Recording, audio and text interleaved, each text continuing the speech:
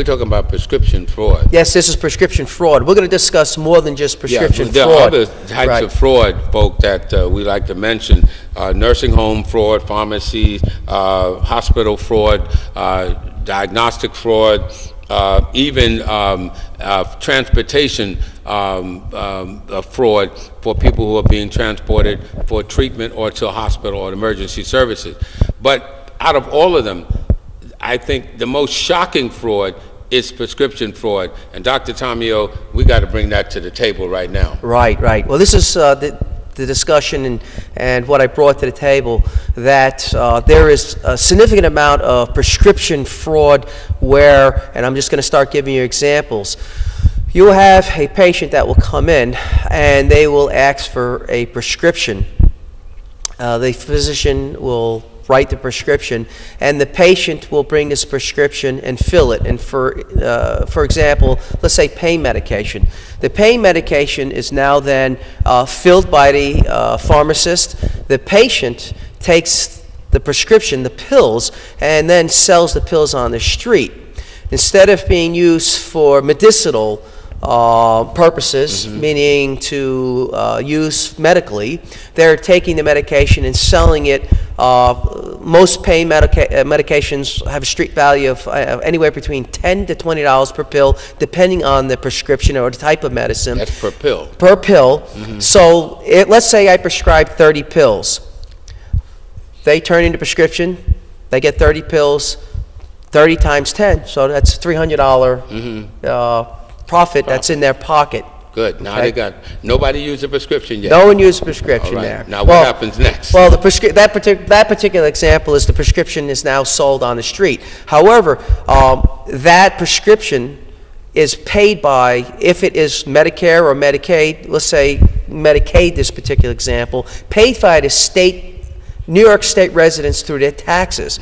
So our taxes. Our taxes pay for it. The individual now sells the medication on the street, has a $300 profit because nothing came out of the individual's pocket. It came out of our state taxes, and there's $300 cash in their pocket. Now the prescription is still out there, the medicine is still out there. What happens Right. now? Well, the medication is being used and can be resold, or it's being used to get high, or for medicinal properties, purposes, I should say, on the street, which is inappropriate because you're still drug dealing regardless of the situation. Okay, now what you're saying is that one prescription could be turned over about 100 times, because if I buy it for $130, why can't I sell it to someone for $150? Right. That person takes it from me, they sell it for $200, and that prescription have never been used for the purpose by which it was given,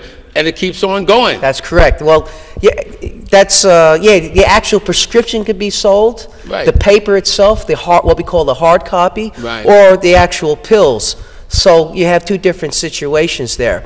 We have another situation that I brought light to was I'm going to use HIV medications.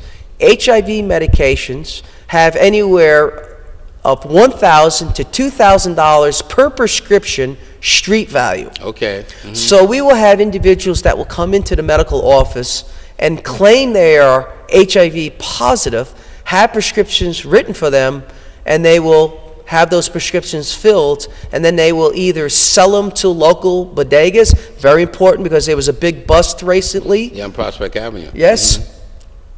There were, or they will sell them to individuals on the street, and there's a huge profit. Again, who's paying for this? New York State taxpayers are paying for the prescription, and then the prescription is being sold by the individual, and that cash is their profit in their pocket, which is fraud. Now you added another dimension, which I can't believe is happening, but it's happening. It is that same prescription, the medication now, could be sold to someone else, for them to sell it to somebody else, or it could be sold back to the what? Pharmacy. Pharmacy, and that's another example.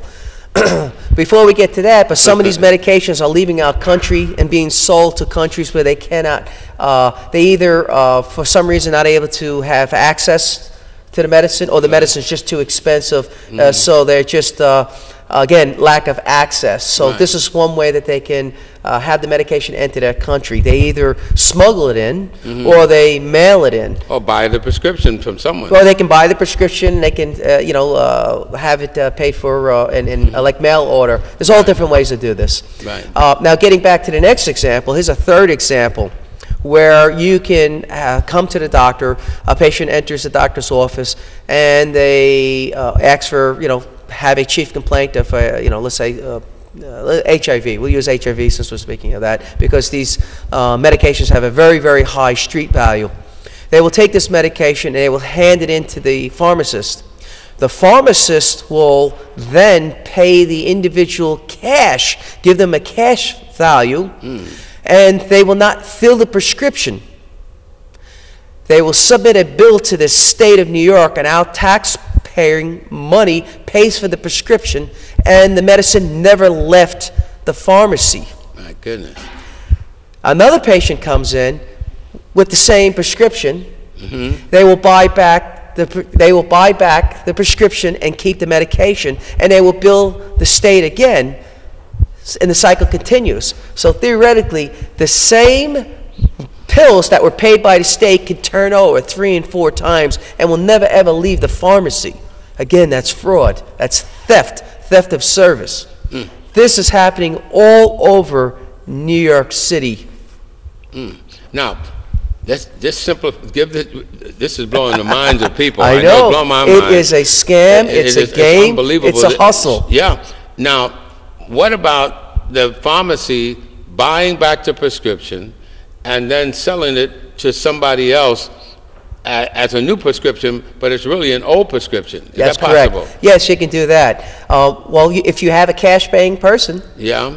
you can take that same prescription that was originally paid by the state of New York, because the pills are still in the pharmacy. They can turn around and sell those pills that were already bought by the state for an individual that is under Medicaid. Another way we can do this is where medications are being sold, and a pharmacy have what's called a buffer, where they have a percentage where they can show a loss, where medications can be lost, where they're allowed by law to have a buffer, and those percentage that they're allowed to lose because pills fell on the floor or there was miscounts, well, those medications could be sold for cash, which are unaccountable, or Right. where becomes fraud, and there's a profit that's being made by the pharmacy. Either case, both people make a profit. You have the pharmacist making a profit. You also have the patient that's receiving cash making a profit. Then you have the individual that is receiving pills that were paid for maybe 2 and 3 times over by the state. They're making out as a profit. The people who are losing, the state of New York residents, the taxpayers, and we're in a financial crisis. Well, this is adding to our crisis. It's estimated that it's $1 billion industry, fraud in medicine, medical fraud. It's $44 billion. Yeah, well, this is yeah. an example, but I'm saying they're just in the medicine, they're talking, billion. All of that is open for fraud. Yes, be proactive, step up, make that call. If you see something wrong, get involved. You can do it quiet behind doors. You can also call the clergy task force. We'll get you that information, because that's something we brought up in a meeting. Right. If you're afraid, we have individuals that will step up and speak for you. So you can call Bishop Burkett, and we'll make that contact for you, and we will guide our community services, our police department, or this task force, the Medicare and Medicaid task force, and say, listen, you need to look into this situation here. All right. Well, again, remember, stay alive with Church Alive. You're going to be here, be a part of this. We invite you, volunteer, call Bishop Burkett, be here.